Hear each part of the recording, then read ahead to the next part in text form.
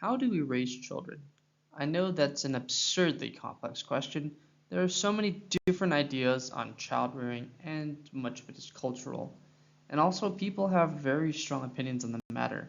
Have you ever heard someone say, "Don't tell me how to raise my kid"? There's no one correct way. However, there are some similarities and trends that we can see in parenting advice from leading experts and researchers. Let's talk about positive parenting. It's an approach that prioritizes building strong, loving relationships with our children, and it's becoming more and more popular. This approach recognizes that effective parenting is not about control or coercion, but rather about fostering a deep emotional connection with our kids. It is in direct opposition to the kind of traditional authoritarian my way or the highway approach. Positive parenting is an approach to raising children that emphasizes effective communication and constructive discipline techniques. It is sometimes called positive discipline, gentle parenting, and it has some overlap with authoritative parenting as well. It is rooted in the idea that children thrive when they are surrounded by love, understanding, and support. In essence, it focuses on nurturing a strong parent-child relationship. Open and effective communication is the cornerstone of positive parenting. It encourages parents to listen to their child's thoughts and feelings. Why is positive parenting considered to be effective? It's because it cultivates emotional intelligence, enhances self-esteem, and strengthens the parent-child bond. On the other hand, punitive discipline leads to lower self-esteem and can potentially damage the parent-child bond. Children brought up in this positive environment tend to develop a more profound understanding of their emotions, become more resilient, and build healthier relationships with others. When kids feel loved and understood, then they are better equipped to tackle life's many challenges. Look, I know it's a sensitive subject, and I am by no means an expert on the topic. So why should you listen to me? Well, don't just take my word for it, right? Check the research. A meta-analysis of over 1,400 parenting studies suggests that a warmer, positive approach is more effective than the authoritarian one. Research has shown that positive parenting leads to concrete benefits. Studies indicate that children raised in nurturing and supportive environments exhibit better emotional and social development. These are skills they need at home and in their daily lives. They're less prone to behavior problems, they tend to be more empathetic, and have advanced communication skills. And these skills help them navigate relationships and conflicts more effectively as children and into their adult lives as well.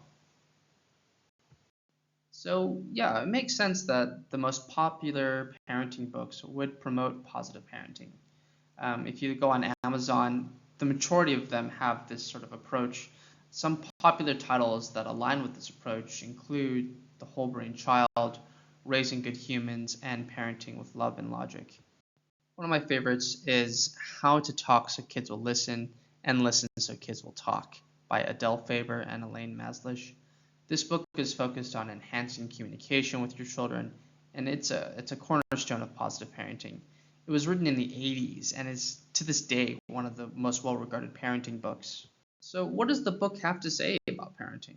Well, it starts by encouraging parents to acknowledge their kids' feelings and emotions. Why?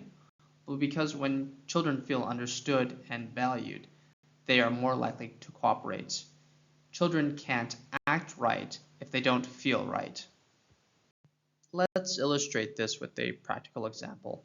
Suppose your child has made a mess while playing with their toys, cleanup time has arrived, and the child refuses to help tidy. Right? We've all been there. Many parents would be tempted to threaten or force the child to just clean, like clean up now or we aren't going to the playground. Maybe you can get your kid to cooperate without threatening them. Try to make it fun. Let them think it's a game and cleaning was their own choice. Set a timer for 5 minutes and see you can race to clean the toys the most quickly.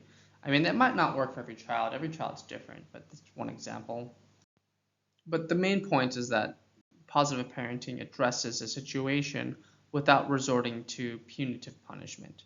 You're supposed to empower the child to participate in problem solving and foster a sense of responsibility while maintaining cooperation and respectful interactions.